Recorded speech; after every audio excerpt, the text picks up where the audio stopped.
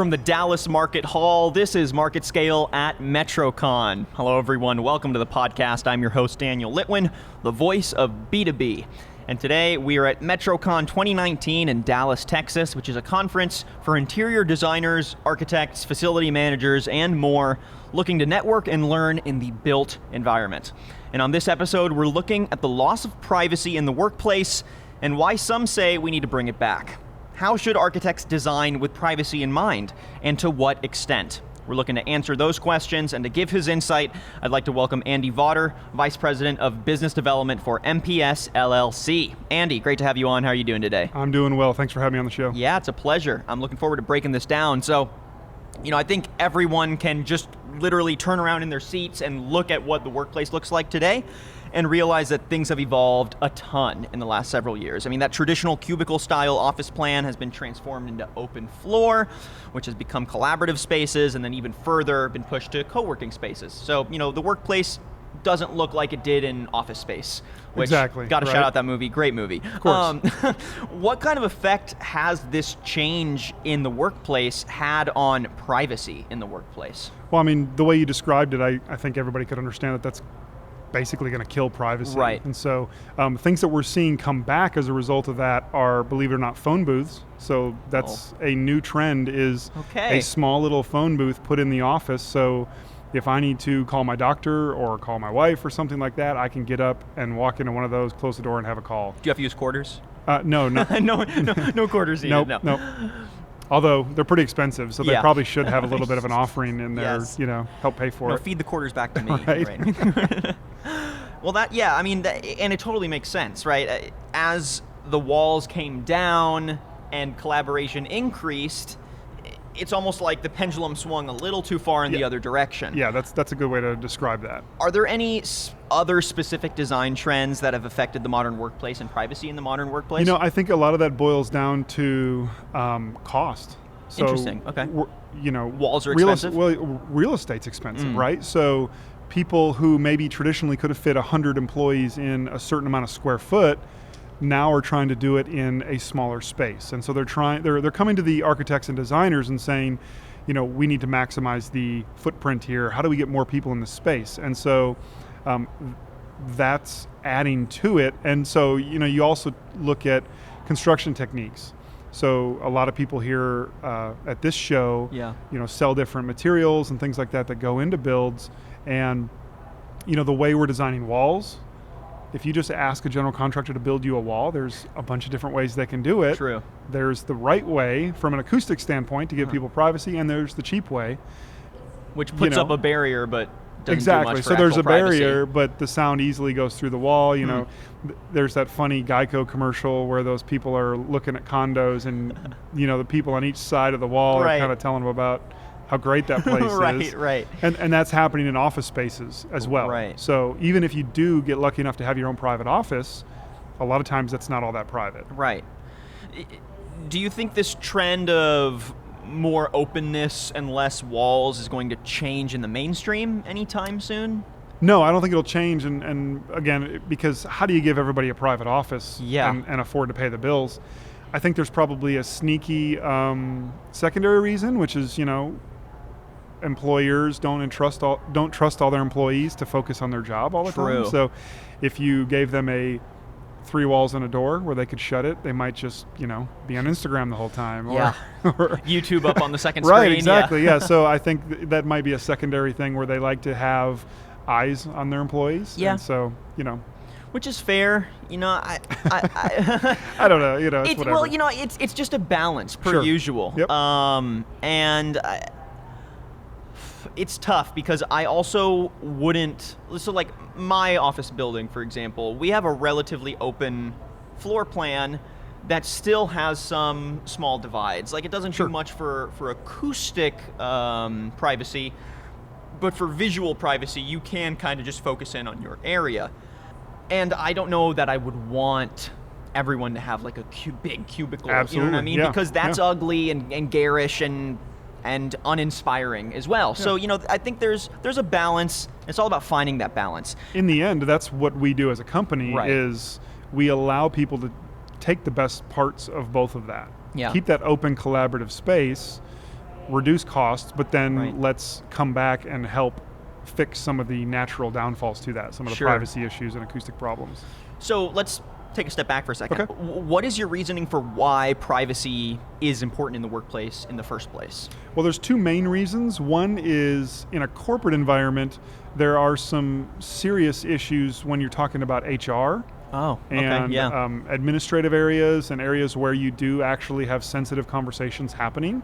And so that's one significant issue that we deal with a lot. Also, just in general, people are more productive when they're comfortable and able to focus. And so in these open areas where it's a little bit more noisy, Sure. if they can't focus, they're less productive. And so that's an ROI issue that companies look at and say, well, if our employees are distracted, they can't Right. work as often, so they're less productive. And then the other side is there's a lot of regulations. When you look at medical, your personal data, my personal data, I really want to stay that way, True. stay private. And so the government has regulated people's privacy, both education, financial, and medical. And so all those different areas have some actual stated requirements that they have to protect people's privacy. That's fair. Now, compared to some other things that affect productivity, like windows, lighting, music over the loudspeakers, all that kind of stuff, how does this compare to the positive or negative effects of some of those other things on productivity? Yeah, obviously I'm biased, right? So Sure. I'm going to say it's the number one thing. Right, but right. when you think about it, overhearing other conversations is really hard to tune out. Yeah. So you can tune out a lot of things. You can tune out consistent sounds. You can tune out road noise if you're next to the highway.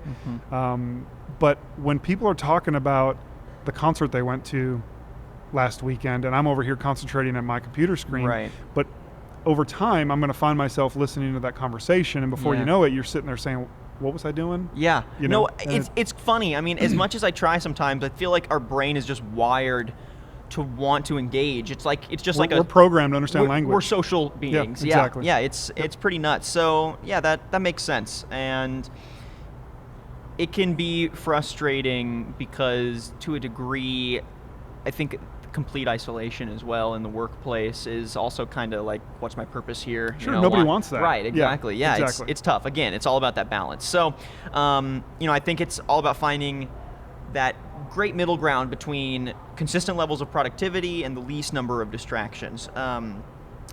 Do you think this particular dynamic has become more of a challenge for interior designers specifically to try to find that balance? Yeah, I think it has. The one thing that I've been encouraged with over the last few years is there seems to be, there's a lot of companies out there that do what we do, and we're all trying to educate people on some of the things to be considering early on in that design process. And so it seems to be more on people's minds than maybe it was a few years ago. Sure. So that's encouraging. But it's still challenging because obviously you have budget concerns. Yeah. And so you've got to deal with the financial situation that you're dealt, right? Right. And then you also have to deal with the fact that not all the solutions are created equal. So there's multiple ways you can treat the problem, and, Right. and knowing what is the right solution and the right amount of that solution is important. And so I think that's been maybe the challenge is now people are aware that it's a problem and they need to be addressing it, Right. but they're not 100% confident of, am I putting the right amount of materials in here? Am I using the right technology? Am I doing the right things? Well, our last conversation was about lighting design and lighting control, and I think we're seeing a very similar issue here in that there's just not a lot of inspiration to draw from yet. It's still a relatively fresh phenomenon that people are trying to find this balance, so it's not like you can peruse, documents worth, pictures worth, videos worth of inspiration to find ways to find that balance. It's kind of a work in progress for the industry. And it's still kind of scary to people. Yeah. So they're not 100% sure what to expect. Yeah. And so, that's one of the things that we changed our company name to MPS very recently, which stands for Making Privacy Simple. Oh, nice. So the whole point was, how do we take this rather complex idea and simplify it for people? So what are some of those design trends that you vouch for that keep that balance in mind, that find the privacy of the cubicle but the open collaborativeness of the co-working space? Yeah, I would say one of the recommendations I typically give. It's something that we do in our CEU when we're training designers and architects on how to have these conversations and design with this in mind, is to dual purpose as many products as possible. Okay. So if you're working up a cool ceiling design or something on the wall, instead of using materials that are going to be reflective and further make the acoustics of the space poor, let's try and substitute some of those materials for acoustic materials that are design driven. So there's money in the budget to have a cool designed wall. But if you do a cool designed wall that's not acoustic or doesn't have right acoustics, then you're going to have to add acoustics somewhere else, and now you're paying for two products. So, recommending how often can you dual purpose products like that? Desk screens are another example. Instead of having something very hard and reflective, go with something soft and acoustic. You're already going to buy them. The money's already in the budget for desk screens, but let's make sure they're acoustic as well. So that's probably my favorite go-to, is just let's get creative on how do we dual purpose products, because then it's not adding to the budget, it's just kind of being smart with your budget. I mean, it sounds like basically just a more focused emphasis on acoustic design across the board. Exactly. I teach them to have the conversation. Yeah. Because your client might still say, you know what, I don't think we need to do this right now. One of the things we hear all the time is, let's wait and see. Let's wait till we move in and see how things go. Let's finish the entire design and then see. It's like, and then we'll see. It's not horrible. I understand it, because then when they come back, sometimes they have a very targeted understanding of what the problem is. Sure. It's like, now that we're here, this is what everybody hates, and now let's go fix that problem. But, if you're having that conversation as a designer or an architect, and your client says, well, let's wait and see, then when they move in and there is a problem, they're not going to be upset with you about you designed this space poorly. Right. They're going to be, the reaction is going to be much more like, you were right. Right. Help me. This was an issue. Can we get it fixed? Right. So that's what we teach. It just changes the dynamic. Yeah, for sure.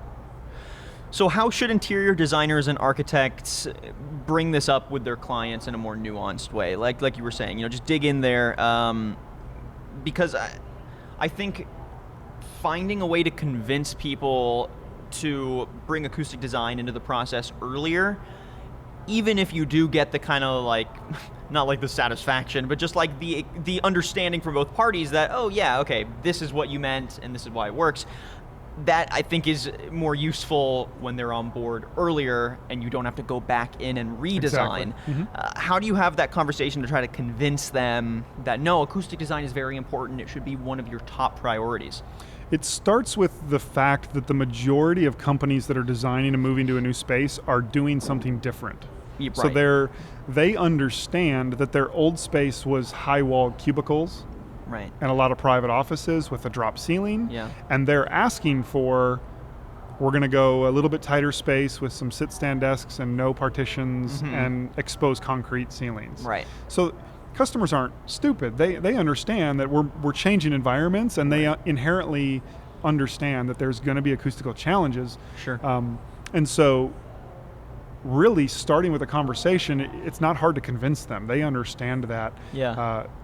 And so that's been my experience, is as soon as you bring it up, they're like, we were wondering about that. Yeah. How do you plan on addressing that? Right, And it just kind of opens the door for a conversation. Yeah.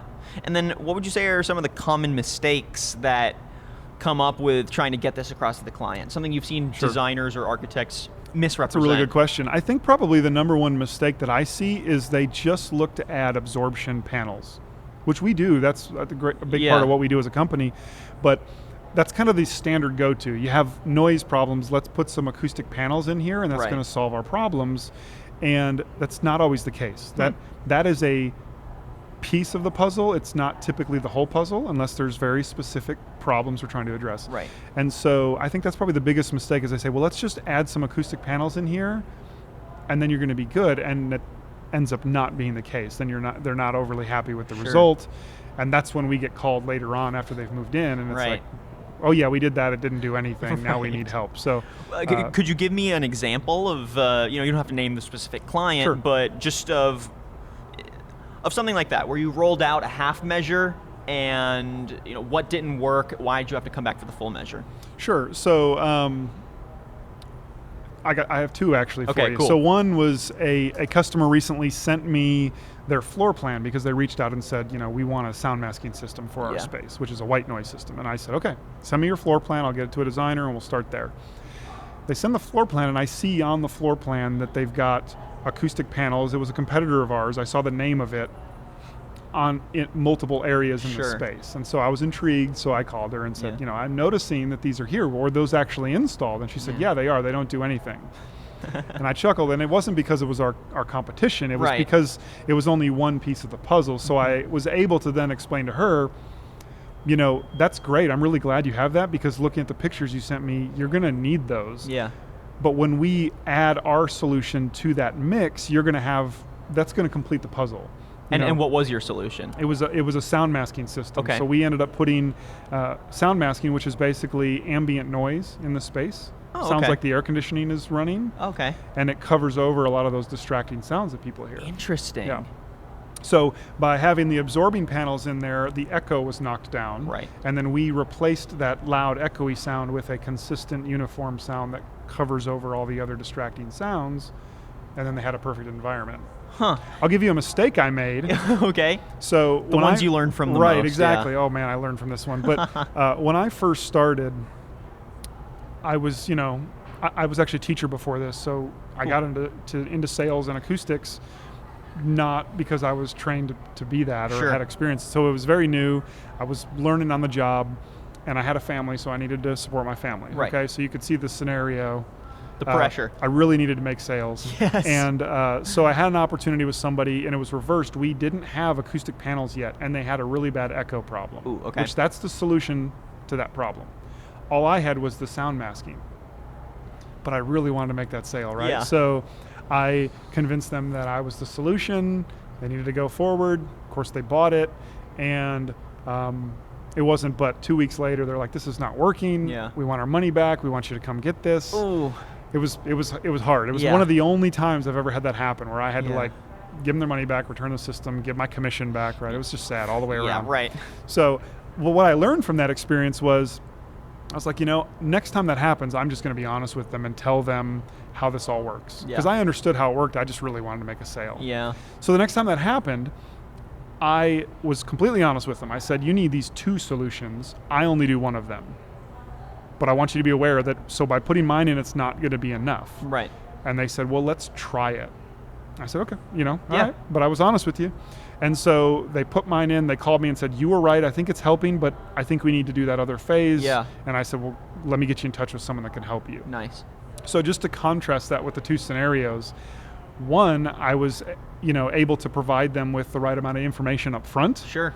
So they were, when they called me, they weren't mad. They didn't want to return the system. It was very much like, you were right.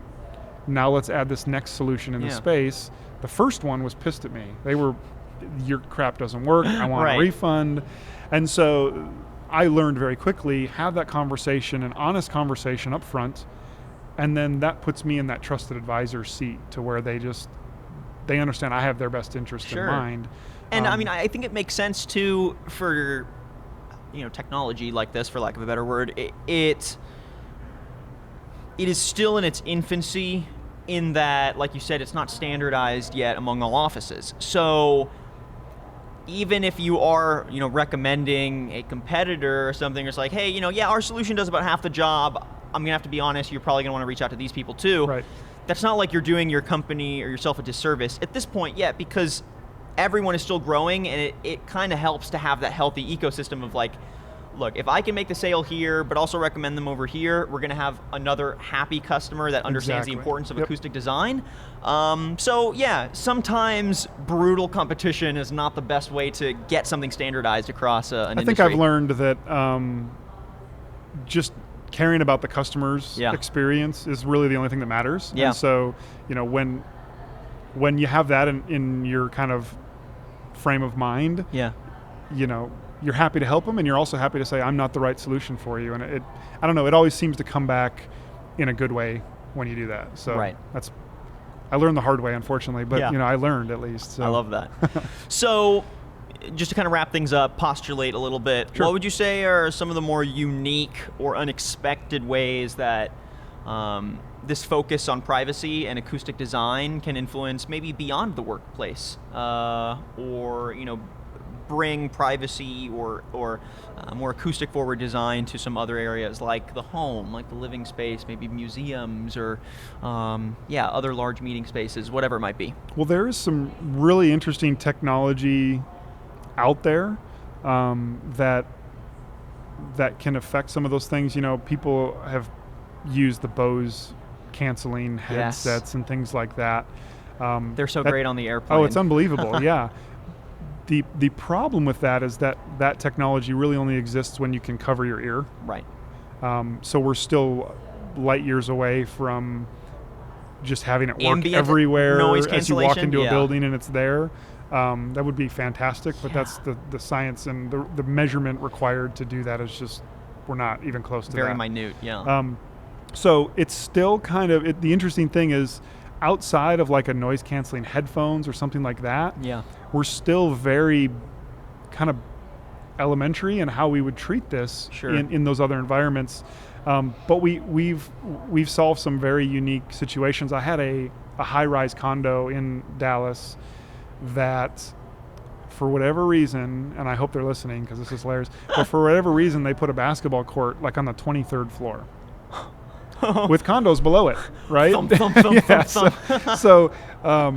But they knew that they were going to have a problem before they ever put any drywall up. So what they decided to do, we did this really interesting technology where we used a vibrating transducer. It's like the transducer of a speaker, and we adhered it to the backside of the drywall. So when the drywallers went in there, we went in and wired up these transducers on the backside, and it vibrated the ceiling ever so slightly to create a sound masking white noise system. Wow. And also that vibration helped make the thumping of the basketballs not quite so crazy. Obnoxious, Yeah. Huh. So it didn't eliminate it, it didn't cancel it, but it sure made it not so ridiculously bad. I still would never have bought a condo on the 22nd floor. Court. I love those commercials of like being an upstairs neighbor. I don't know if you've seen those sketches, but it's like they're like rolling bowling balls on the floor and throwing jacks everywhere. It's like, but real life. Yeah, exactly. But it, so that was one of those design failures a little bit from the very beginning. But it was we actually did help the customer, help the builder get a much more workable solution. And it was kind of a really unique technological way to do it. I enjoyed that one. Yeah, I just think it's really cool seeing all these technologies inch closer and closer to being standardized, from lighting control to acoustic design to health and wellness design. It's getting there. It's all getting there. Yeah, and, conferences like Metrocon, I think, help educate everyone, get everyone on that same page, and foster some of that inspiration that maybe is lacking for the industry right now. So, it's really interesting to see how this is growing now, where it's at. But it's also exciting to see that there's still so much room for it to grow, both technologically and just in creative and unique applications. So, absolutely. Yeah, it's been a pleasure getting to chat with you, Andy. Thank you so much for joining us on the podcast and giving us your thoughts on this. You got to keep us up to date with more design fails and more I got many more. And more fun acoustic design wins because I really think it's one of those hidden wins, one of those things that doesn't really get the limelight but can make such a big difference to productivity and just overall happiness and well-being in a space. Absolutely, that's what it's all about. All right, Andy, thank you for joining us. It was a pleasure. Appreciate it, thanks. And thank you everyone for listening to today's podcast. And if you like what you heard and want to listen to previous episodes, you can head to marketscale.com/industries and subscribe to previous podcasts, articles, and video content from your favorite industries. You can also find our podcast on Apple Podcasts and Spotify, and make sure you leave a rating and a comment wherever you listen to your podcast content. I'm your host, Daniel Litwin, the voice of B2B. Till next time.